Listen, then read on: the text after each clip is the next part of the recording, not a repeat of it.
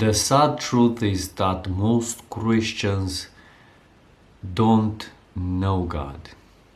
They read about Him, but they don't want to get to know Him. They want what they want. They don't want to be servants of God. For them, it's all about themselves. Yes, just like the Pharisees. You should be worried if things are going smoothly in your life, because God tries His servants and Satan hates them. God will make you rich and He will make you poor. He will make you sick and He will make you suffer, and He will also make you well and successful if He wants to. And you have to remain humble at His feet regardless of the circumstances. Dear Christian, if you read the Bible, how is it you cannot see that? Not long ago I had a discussion with someone who considers himself a serious Christian. And he showed me some Bible verses where someone promised to God that if He helps him win the war, will sacrifice the first thing that comes his way when he returns home. The first thing that came to meet him was his daughter.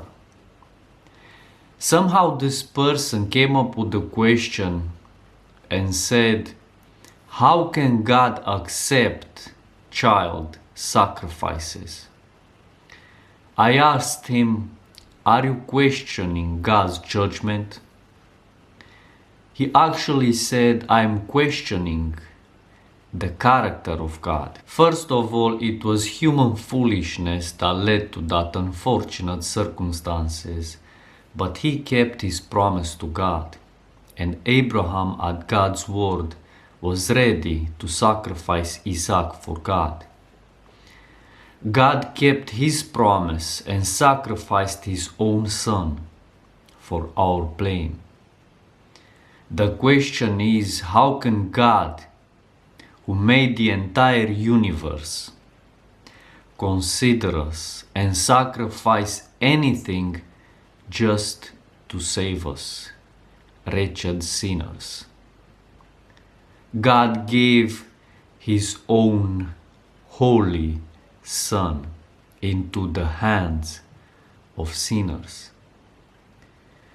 whom they beat and scourged and nailed to a cross. I've never heard any Christian questioning God's character because of that. The Lord Jesus Christ was a faithful servant until the end of His life, knowing very well and even prophesying exactly what was going to happen to Him. Faithfulness is what makes us worthy to inherit the kingdom of God. Obedience is our duty, either in heaven or on earth. Some Christians contradict the Master. They contradict the words of our Lord Jesus Christ and say it's not about becoming worthy to inherit the kingdom of God. But dear friend, which one of us feels entitled to? Which one of us has more faith and is better filled with the Holy Spirit than Stephen? Dear friend, don't trample underfoot the sacrifice of the Lord Jesus Christ for you. The only reason why God will not test you and Satan has nothing against you is you don't have a relationship with God. You might read the Bible and follow teachings of men, but are spiritually blind and naked and dead and on your way to hell. The biblical disciples, the biblical church of God was faithful even unto death. Don't let the devil deceive you Don't deceive yourself. We must through much tribulation enter into the kingdom of God. I read in Matthew chapter 7 verses 13 and 14. Enter ye at the strait gate, for wide is the gate and broad is the way that leadeth to destruction, and many there be which go in thereat.